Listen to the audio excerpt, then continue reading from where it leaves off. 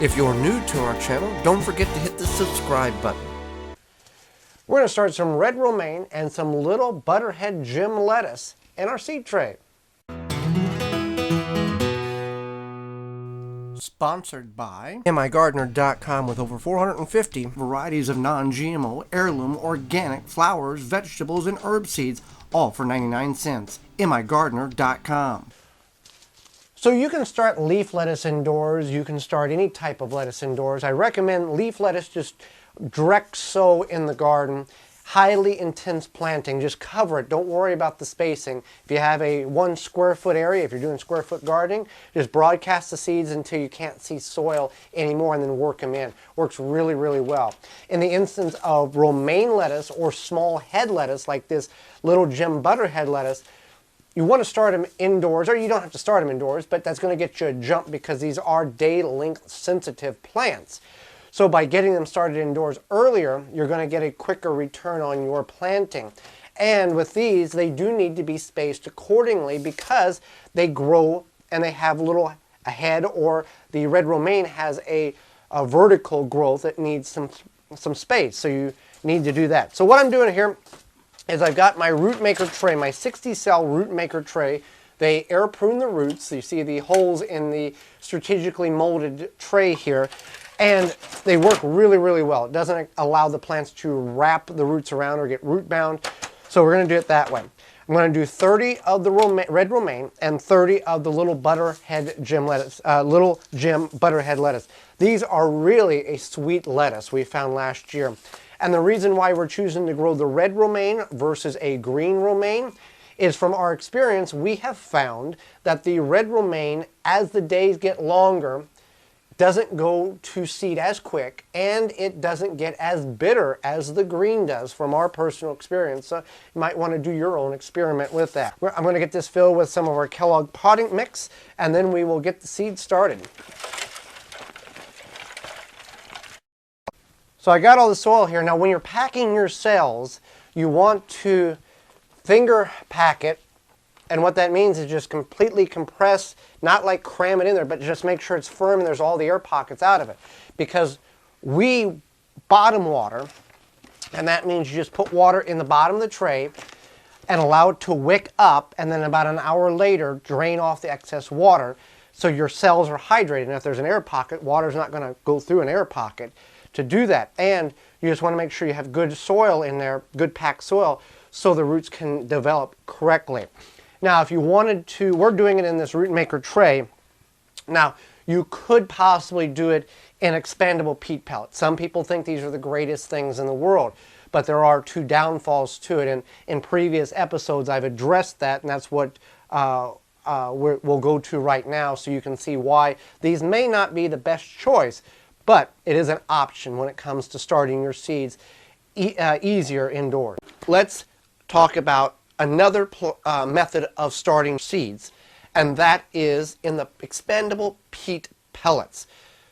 These are fine. There's 2 downsides to this particular method, and the one is these are peat pellets. They contain no nutrient value.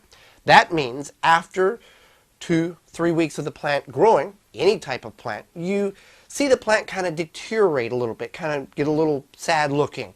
That is because by nature the plant has already used up all the energy in the seed coating that was put there in order to get that seed to germinate. At that point, that plant believes, or is designed, to start pulling nutrients from the soil that it's planted in. When there's no nutrients to pull from, all it is getting is the water that you're feeding it. So you would have to supplement some type of compost tea, organic or inorganic liquid fertilizer. And if you go a liquid fertilizer, go quarter strength, so you're not burning the plant, because you're seeing a downturn in the plant already because of the lack of nutrient. By over-fertilizing, you'll see a downturn by over-fertilizing, and you'll see some signs to where you think you're not fertilizing it enough, and you're actually killing the plant that way. The other downturn is when you plant these, this netting, you want to remove the netting because it doesn't biodegrade as it's instructed that it's supposed to do. We still find netting 3-4 years following the plant being planted, and also it does restrict the roots with the netting. So That's another option if you want to go that way. Okay, so that's the reasons why we choose not to use the expandable peat pellets. So what we're going to do here is we're going to divide this in half, and these leaf lettuce seeds, or the red romaine seeds, and the little Jim Butterhead lettuce seeds are identical when you're planting them. Now the advantage to doing a green variety and a red variety is you don't have to necessarily label them, because once they emerge from the soil, they will have that color, and you'll be able to pick them out to see what you got. Now, if you're doing all, like your green romaine and the Butterhead, butter crunch head lettuce, it's going to be, and you wouldn't want that labeled. So here's what we're going to do. We're just going to make a little hole in the seed mix here, the potting mix, and we're just going to dump a pinch of seeds in. Now, when I say a pinch of seeds, you can see they're smaller seeds. So what I'm going to do is I'm just going to try to get one or two. I'm getting two. There's three there. There's one there, and there's five there.